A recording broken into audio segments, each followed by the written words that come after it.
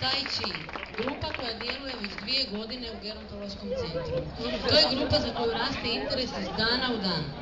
Rade se vježbe disanja, koordinacije, balansa, aerobne kondicije. Izvešće nam prikaz vježbi pod vodstvom našeg volontera i trenera gospodina Nikolasa Maričića.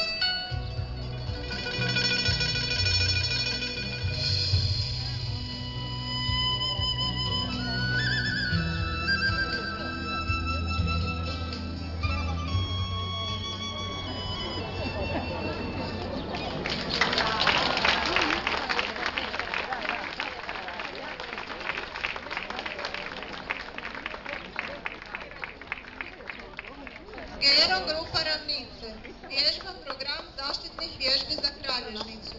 Danas će prikazati osnovne elemente sa atraktivnim stabijim